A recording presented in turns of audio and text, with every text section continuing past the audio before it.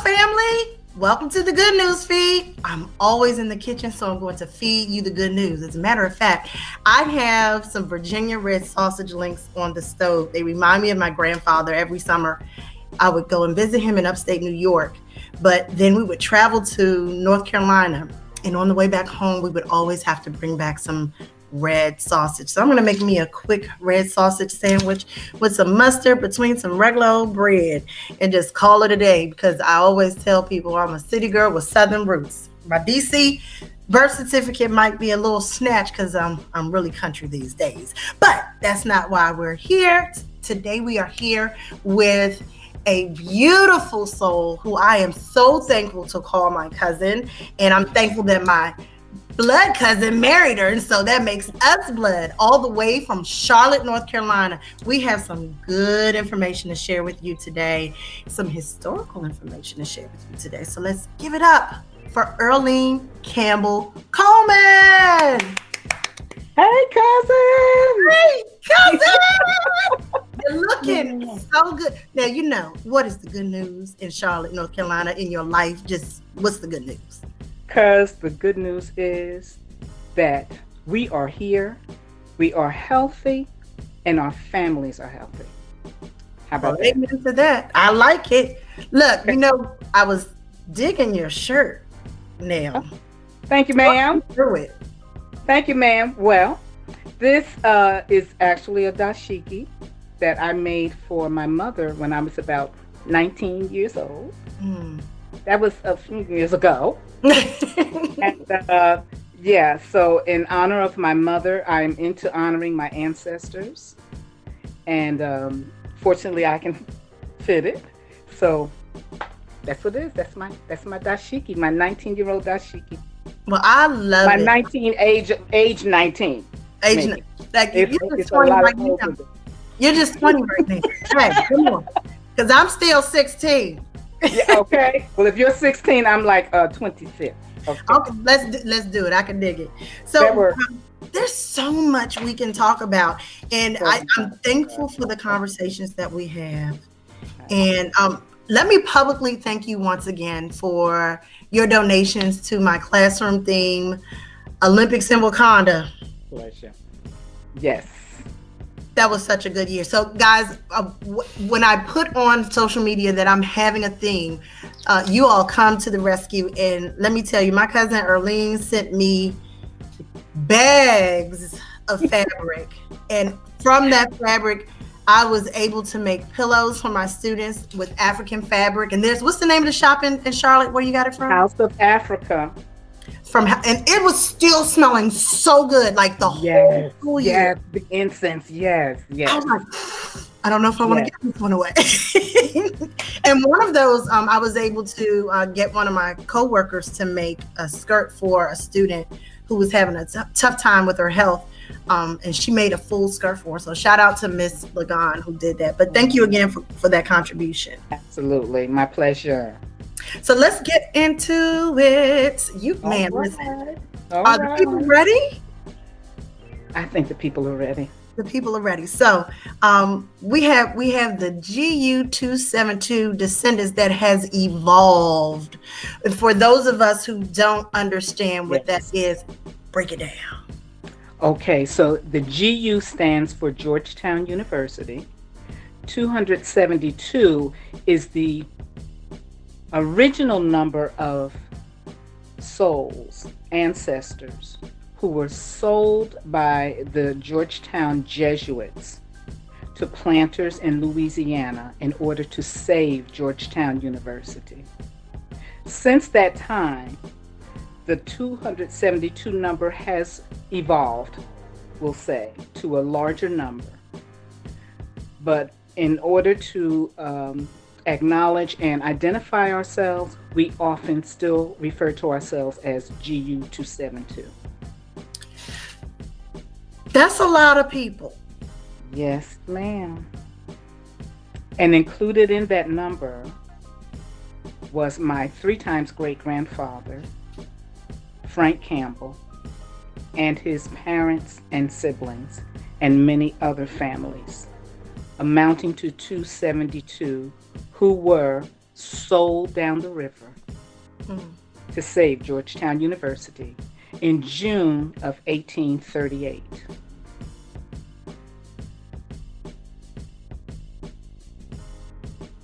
Every Juneteenth is bittersweet for me. Ever since I found out 3 years ago about my family being sold down the river to Louisiana from Maryland.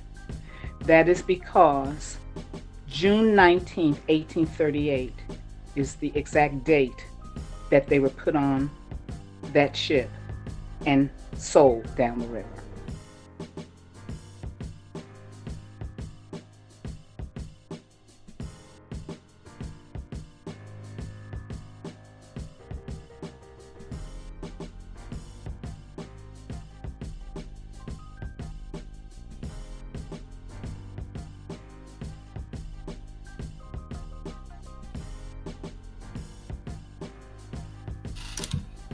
Yes.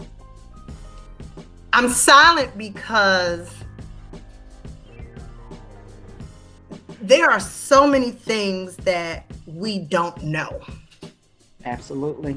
About our history. Yes. And you have the fortunate opportunity to have been found. Absolutely. Let's say that. To have been found to get this knowledge about your life, your bloodline. Man, I'm speechless. Oh yes. Yeah. So imagine how I felt with your feeling right now. Imagine how I felt when I got that phone call in December of 2016 from the Georgetown Memory Project as saying to me, Earlene, I am so honored to meet you and talk to the person whose ancestor helped build Georgetown University and save Georgetown. Cousin. Yes, ma'am. So. Yes. Yes. What do you say when you hear that from someone who was relentless and he was this person who called me. His name was Richard, okay? And he was the founder of the Georgetown Memory Project. He was determined to find out what happened to those 272 persons, enslaved persons, and was told by the school that, well, they just vanished. No. Well, thank goodness, he did not accept that. So people are just vaporizing now? Is that what we're doing? Okay. He did not accept that, and whenever I think of Richard, I always remember that, and when I speak with him, I mention that to him, how appreciative I am that he did not accept that as an answer. So he continued, he researched on his own, and this is what he discovered. And when he shared that with me on that day in December 2016, Yolanda, I was like you, I just was stunned, speechless. And at the same time, I imagine you also had a new surge of power within you. Absolutely. I had so many emotions going through me, from anger to hurt to pride, and to just think that my 3 times great-grandfather and his family not only survived that treacherous trip, but they thrived. Say some more about great-great-grandpa Frank. 333, right. What did you come to learn about him? Oh, first of all, when my sister and I, right before the apology that Georgetown University gave to the Descendants in April of 2017, And we can talk about that if we have Oh, time as we well. got time. I'll take time. Okay. Right before I left to go down to Louisiana in March of 2017, this same gentleman, Richard Cellini, is his name, sent me a picture. And he said, Earlene, I'm going to send you a picture, and I just want you to see this picture. So he sends this picture, Yolanda, and I'm looking at this gentleman, and I'm saying, I don't know who this gentleman is, but I know he's a Campbell, one of my father's direct descendants. Mm-hmm. And that was my introduction to my great grandpa, Frank Campbell. And to look at his face and to think about what all he had been through and to live to almost 100 years of age. Come on now. Yes, ma'am. After, we don't know the exact day of his passing or year, but we believe it was the early 1900s. And to think of all that he'd been through, and also to see the original photographs taken of him from his enslaved family, one of the enslaved families in Louisiana. And it said, Frank Campbell, age 19 when the stars fell in Maryland. He was in Maryland for one of the, I don't know if it was Perseus, one of the, and it's documented, one of those Perseus meteor showers. And that's what that referred to, that inscription referred to. And I held that photo album, Yolanda, in my hand down at the university down in Louisiana, which I can't think of right at this moment, but I will. It was just an out-of-body experience. And to think that he went from my family and many of the other families were sold and resold over and over and over again while they were there in Louisiana. Many of my family members remained in Maryland. Some were lucky enough to hide when being round up to be sent to Louisiana. And many of them are still, the descendants are still in Maryland. So, I know a few Campbells, and I wonder if you have some family members who are actually my friends. I would not be surprised that, the 4 plantations that the Jesuits had enslaved ancestors on, were in mostly St. Mary's County. That's up the street. And you and I have talked, and I think you said that is not far from you. No. So, as a matter of fact, I'm going there soon. Okay. The family names are not just Campbell. I am directly descended from the Mahonies and the Queens as well. And there are other names. You can go online or on Facebook and find the GU27, the names of the families. Okay, there are many of them. But those 2 families, and the Mahoney family and the Queens, it's interesting, this little side piece for you. They were known for suing for their freedom. Say that word. Yes, ma'am. Back in the 1700s, you can look this up, for around that time, in the 1700s, I can't remember exactly, but they were known for suing for their freedom.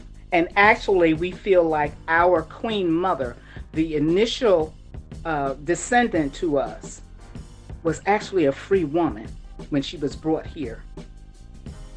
to Maryland. So, all of that. And all that to say, anyone who is interested in looking into your family history, your ancestry, you can start just as I did, looking through the census records. Free. Always do the free things first. Look through the census first. Census records. Talk to the elders. We must honor our elders because they have a wealth of knowledge. And sometimes this is difficult for them to speak up. It was and is still from my father, but still, those little gems that they may drop when you're just having a conversation about things, they can be very useful in your research. And that is what I had started to do right before I found out this information. So to get that, it was just like the stars aligned. It was just such a beautiful thing. Bittersweet, yes, but still such a beautiful thing to be able to find out about your ancestry like this. It has enriched my life. It truly has. So here's something that goes around. You are directly impacted by the domestic slave trade in the United States of America. Directly. Yet you still have this glow, joy, hope, kindness within your spirit. I have never seen you dispirited before. And those who may not understand what this whole Black Lives Matter movement means, you can very easily be angry. Absolutely. You can very easily have some sort of plan to seek revenge for the ancestors that you actually know have been disserviced. And that's putting it lightly. In Charlotte, during the protest for all those who have been affected by police brutality or some form of injustice, what has been your response in your home, knowing all that you know, being directly impacted by injustices from years ago? It can be very painful. It has been.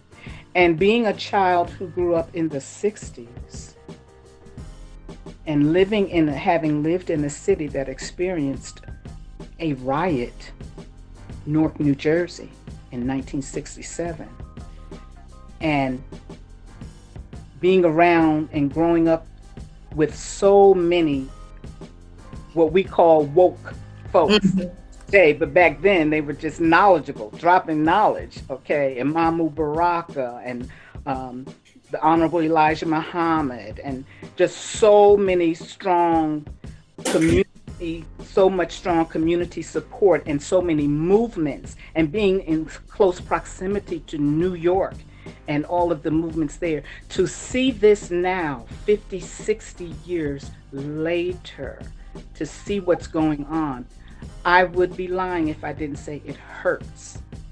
Yeah. But at the same time, what is the legacy that folks like me are going to leave for our grandchildren? This is something they need to be aware of. Some of it, I hate that they're seeing it, because it's taking away a big part of our culture. We're losing our Black men. We're losing children. This must change. This must change.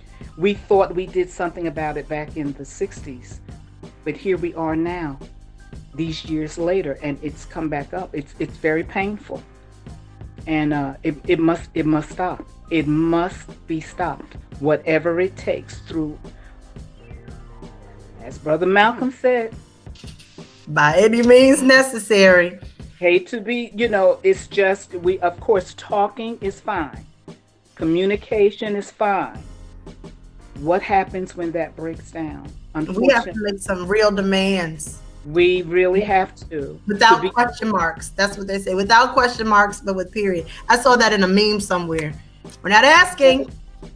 Yeah. We're telling. Yes. Yes.